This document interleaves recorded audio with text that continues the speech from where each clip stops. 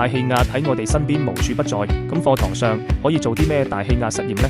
我哋用 Kidding 科學教育測量套件入面嘅未來版拉同氣壓模組，喺唔同天氣之下實時記錄氣壓數據。9月尾颱風華加沙襲港，我哋團隊喺屋企用同一套氣壓模組，跟住風球一路測，由3號升8號，去到9號、10號，再落寬8號，最後回到3號。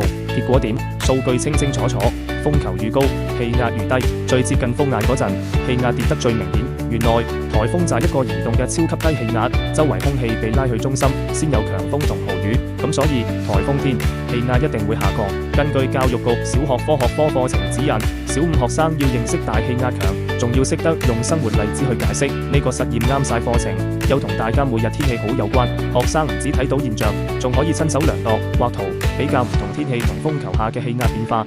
下一課不如一齊用未來版拉同氣壓模組，做你哋自己嘅颱風氣壓觀測。